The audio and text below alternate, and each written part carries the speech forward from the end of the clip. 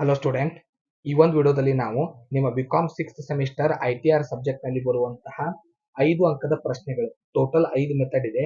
So 5 method ಮೇಲೆ 5 ವಿಡಿಯೋದಲ್ಲಿ ನಾನು ಎಕ್ಸ್ಪ್ಲೇನ್ ಮಾಡ್ತೀನಿ. So first question depreciation method ತಗೊಂಡಿದ್ದೀನಿ. ಸೊ ಡೆಪ್ರಿಸಿಯೇಷನ್ ಮೇಲೆ ಪ್ರಶ್ನೆ ಕೇಳಿದಾಗ ಯಾವ ರೀತಿ ಪ್ರಶ್ನೆ ಇರುತ್ತೆ, ಅದರ ಫಾರ್ಮ್ಯಾಟ್ ಏನು, ಯಾವ ರೀತಿ ಉತ್ತರವನ್ನ ಸಾಲ್ವ್ ಮಾಡ್ಬೇಕು ಅನ್ನೋದ್ರ ಬಗ್ಗೆ ಡಿಸ್ಕಷನ್ ಮಾಡೋಣ. ಸೊ ಮೊದಲಿಗೆ ಫಾರ್ಮ್ಯಾಟ್ ಏನಿರುತ್ತೆ, ಮಷಿನ್ ನ ಕಾಸ್ಟ್ ವ್ಯಾಲ್ಯೂ ಫಸ್ಟ್ ತಗೋಬೇಕು, ಅದರಲ್ಲಿ ಸೇಲ್ ಮೈನಸ್ ಮಾಡಬೇಕು. ಸೇಲ್ ನ ಒಂದೊಂದ್ಸಾರಿ ಇನ್ಸೂರೆನ್ಸ್ ಕ್ಲೇಮ್ ಅಂತ ಕೊಟ್ಟಿರ್ತಾರೆ. ಅಂದ್ರೆ ಸೇಲ್ ಮಾಡೋ ಬದಲಿ ಮಷಿನ್ ಡ್ಯಾಮೇಜ್ ಆಗಿದೆ, ಡಿಸ್ಟ್ರಾಯ್ ಆಗಿದ್ರೆ ಇನ್ಸೂರೆನ್ಸ್ ಕ್ಲೇಮ್ ಕೊಟ್ಟಿರ್ತಾರೆ. ಸೇಲ್ ಅಥವಾ ಇನ್ಸೂರೆನ್ಸ್ ಕ್ಲೇಮ್ ಹುಡುಕ್ಬೇಕು.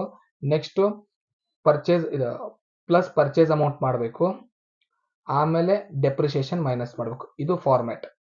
ಸೊ ಫಸ್ಟ್ ಕಾಸ್ಟ್ ಅಮೌಂಟ್ ನಾ ತಗೊಂಡಂತ ಎಕ್ಸಾಂಪಲ್ ನಲ್ಲಿ the written down value of machine owned by a business house is as under. So question ಅಲ್ಲಿ ಡೇಟ್ ಕೊಟ್ಟಿರ್ತಾರೆ, ಓಪನಿಂಗ್ ಡೇಟ್ ಏಪ್ರಿಲ್ 1 ಅಂತ. ಸೊ ಆ ಡೇಟ್ ನಲ್ಲಿ ಅಸೆಟ್ ಇನ್ ವ್ಯಾಲ್ಯೂ ಏನೇ ಕೊಡ್ಲಿ, ಅದು ಬಿಲ್ಡಿಂಗ್ ಆಗಿರಲಿ, ಮಷಿನ್ ಆಗಿರಲಿ, ಫರ್ನಿಚರ್ ವ್ಯಾಲ್ಯೂ ಆಗಿರಲಿ, ಅದನ್ನೇ ನಾವು ಕಾಸ್ಟ್ ಆಫ್ ಅಸೆಟ್ ಅಂತ ಕರಿತೀವಿ. ಸೊ ಇದರಲ್ಲಿ 3 ಮಷಿನ್ ಇದೆ. 3 ಮಷಿನ್ ನ ನಾವು ಕಾಸ್ಟ್ ಅಥವಾ book of asset, block of asset of machine ಅಂತ ಕರಿತೀವಿ.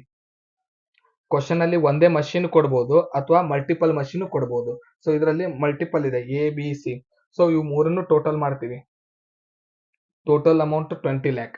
6 ಲ್ಯಾಕ್ ಇದೆ ಎ ಮಷಿನ್, 10 ಲ್ಯಾಕ್ ಇದೆ ಬಿ ಮಷಿನ್, ಸಿ ಮಷಿನ್ ಇದೆ 4 lakh. So total amount 20 lakh. ಇದೇನ್ ಸಿಕ್ಕಂಗೆ ಕಾಸ್ಟ್ ಅಮೌಂಟ್ ನೀವು ಬರ್ದಂಗೆ. ಕಾಸ್ಟ್ ನಲ್ಲಿ ಸೇಲ್ ಅಮೌಂಟ್ ನ ಮೈನಸ್ ಮಾಡಬೇಕು. ಅಡ್ಜಸ್ಟ್ಮೆಂಟ್ ನಲ್ಲಿ ಇರುತ್ತೆ, ಸೋಲ್ಡ್ ಅಂತ ಕೊಟ್ಟಿರ್ತಾರೆ ಅಥವಾ ಡಿಸ್ಟ್ರಾಯ್ ಅಂತ ಕೊಟ್ಟು ಇನ್ಸೂರೆನ್ಸ್ ಕ್ಲೇಮ್ ಅಮೌಂಟ್ ಕೊಟ್ಟಿರ್ತಾರೆ. ಎರಡರಲ್ಲಿ ಯಾವ್ದು ಕೊಟ್ಟಿರ್ತಾರೆ ಅದನ್ನ ಮೈನಸ್ ಮಾಡ್ತೀವಿ. ಸೊ 3,20,000 ಇದೆ.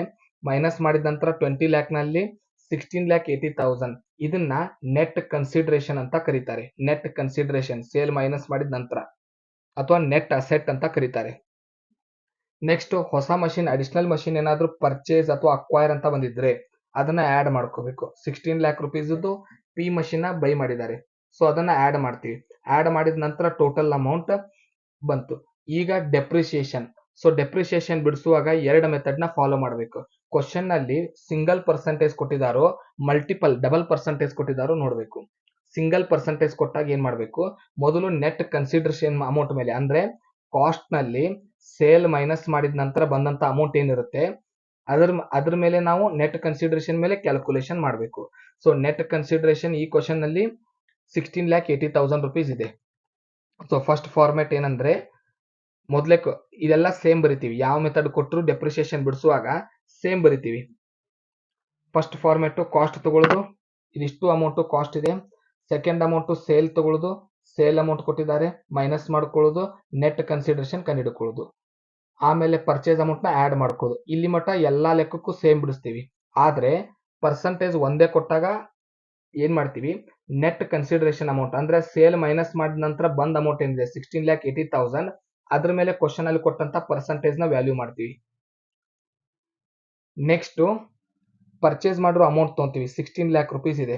ಸೊ ಅದ್ರ ಮೇಲೆ 15% ಪರ್ಚೇಸ್ ಮಾಡಿರೋ ಡೇಟ್ ನೋಡ್ತೀವಿ. ಇದು ಡಿಸೆಂಬರ್ ಇದೆ. ಸೊ ಡಿಸೆಂಬರ್ ನಿಂದ ಮಾರ್ಚ್ ಮಟ್ಟ ಕೌಂಟ್ ಮಾಡ್ತೀವಿ. ಮಂತ್ ನ ಮಾರ್ಚ್ಗೆ ಇಯರ್ ಎಂಡ್. ಸೊ ಡಿಸೆಂಬರ್, ಜನವರಿ, ಫೆಬ್ರವರಿ, ಮಾರ್ಚ್ 4 ಮಂತ್ಸ್ ಬಂತು. ಸೊ 5, 4, 3, 2, 1 ಈ ಮಂತ್ ಬಂದ್ರೆ, ಅಂದ್ರೆ 5 ಒಳಗೆ ಬಂದ್ರೆ 50% ಡೆಪ್ರಿಸಿಯೇಷನ್ ಅಪ್ಲಿಕೇಬಲ್ ಇರುತ್ತೆ. ಸೊ 16 ಲ್ಯಾಕ್ 15%, 50% ಮಾಡಿದಾಗ 1,20,000.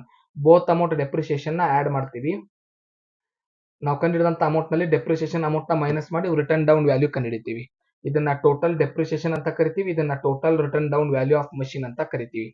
ಒಂದ್ ವೇಳೆ ಕ್ವಶನ್ ಅಲ್ಲಿ ಒಂದು 15%, ಒಂದು 10% ಅಂತ 2 ಪರ್ಸೆಂಟೇಜ್ ಬಂದಿದ್ರೆ, cost amount sale minus purchase amount add ಮಾಡಿದ ನಂತರ ಬಂದ ಅಮೌಂಟ್ ಮೇಲೆ ಪರ್ಸೆಂಟೇಜ್ ಫಸ್ಟ್ ಮಾಡಬೇಕು. ಫಸ್ಟ್ ಪರ್ಸೆಂಟೇಜ್ ನ ಬರೀ ಪರ್ಚೇಸ್ ಅಮೌಂಟ್ ಮೇಲೆ 2ನೇ ಪರ್ಸೆಂಟೇಜ್ ಮಾಡಬೇಕು. ಈ ರೀತಿ ಮಾಡಬೇಕು ಕ್ಯಾಲ್ಕುಲೇಷನ್ ನ. ಅಂದ್ರೆ 32,80,000 ಮೇಲೆ 15%, 16 ಲ್ಯಾಕ್ ಪರ್ಚೇಸ್ ಅಮೌಂಟ್ ಏನಿದೆ ಅದ್ರ ಮೇಲೆ 10%. ಈ ರೀತಿ ಕ್ಯಾಲ್ಕುಲೇಷನ್ ಮಾಡಬೇಕು. ಡೆಪ್ರಿಸಿಯೇಷನ್ ಲೆಕ್ಕದ ಫಾರ್ಮೆಟ್ ನೆನ್ಪಿಟ್ಕೋಬೇಕು. 4 ಐಟಮ್ ಬರುತ್ತೆ. ಮೊದಲನೇದು ಕಾಸ್ಟ್, ಇದನ್ನ ರಿಟರ್ನ್ ಡೌನ್ ವ್ಯಾಲ್ಯೂ ಅಂತ ಕರಿತೀವಿ. Return down value of asset ಅಂತ ಬರೆದು ನೀವು ತಗೋಬಹುದು. ಸೆಕೆಂಡ್ ಯಾವ್ದಂದ್ರೆ ಕ್ವಶನ್ ಅಲ್ಲಿ ಸೇಲ್ ಆಫ್ ಅಸೆಟ್, ಇದನ್ನ ಸೋಲ್ಡ್ ಅಥವಾ ಕ್ವಶನ್ ಅಲ್ಲಿ ಇನ್ಸೂರೆನ್ಸ್ ಕ್ಲೇಮ್ ಅಂತ ಕೊಟ್ಟಿರ್ತಾರೆ. ಮೈನಸ್ ಮಾಡಿದ ನಂತರ ಬ್ಯಾಲೆನ್ಸ್ ಗೆ ನೆಟ್ ಕನ್ಸಿಡರೇಷನ್ ಅಂತ ಕರಿತೀವಿ. ನೆಕ್ಸ್ಟ್ ಪರ್ಚೇಸ್ ನ ಆಡ್ ಮಾಡ್ತೀವಿ. ಪರ್ಚೇಸ್ ಆಡ್ ಮಾಡಿದ ನಂತರ ಬಂದ ಅಮೌಂಟ್ ಗೆ ನೆಟ್ ವ್ಯಾಲ್ಯೂ ಅಂತ ಕರಿತೀವಿ. ಸೊ ಈಗ ಕ್ಯಾಲ್ಕುಲೇಷನ್ ಮಾಡುವಾಗ ಡೆಪ್ರಿಸಿಯೇಷನ್ 1% ಇದೆನೋ ಅಡಿಷನಲ್ ಒಂದು ಎಕ್ಸ್ಟ್ರಾ ಪರ್ಸೆಂಟೇಜ್ ಬಂದಿದೆನೋ ನೋಡ್ತೀವಿ. ಸಿಂಗಲ್ ಪರ್ಸೆಂಟೇಜ್ ಮಾಡಿದ್ರೆ ಮೊದಲನೇದು ನೆಟ್ ಕನ್ಸಿಡರೇಷನ್ ಮೇಲೆ, ಆಮೇಲೆ ಪರ್ಚೇಸ್ ಮಾಡಿದ ಅಮೌಂಟ್ ಮೇಲೆ ಡೆಪ್ರಿಸಿಯೇಷನ್ ಮಾಡಬೇಕು. ಪರ್ಚೇಸ್ ಅಮೌಂಟ್ ಮೇಲೆ ಕ್ಯಾಲ್ಕುಲೇಷನ್ ಮಾಡುವಾಗ ಮಂತ್ ಕನ್ಸಿಡರ್ ಮಾಡ್ತೀವಿ. ಅಂದ್ರೆ ಪರ್ಚೇಸ್ ಮಾಡಿದ ಮಂತ್ ನಿಂದ ಮಾರ್ಚ್ ಮಟ್ಟ ಎಣಿಸ್ತೀವಿ. ಅದೇನಾದ್ರೂ 5 ಮಂತ್ ಒಳಗೆ ಬಂದ್ರೆ 50% ಅಪ್ಲೈ ಮಾಡ್ತೀವಿ.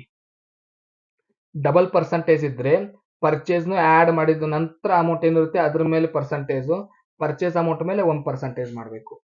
ಸೊ ಇದಿಷ್ಟು ಇದ್ರ ಫಾರ್ಮ್ಯಾಟ್. ಮುಂದಿನ ವಿಡಿಯೋದಲ್ಲಿ ಮತ್ತೊಂದು ಮೆಥಡ್ ನೊಂದಿಗೆ ಸಿಗೋಣ. ಧನ್ಯವಾದಗಳು.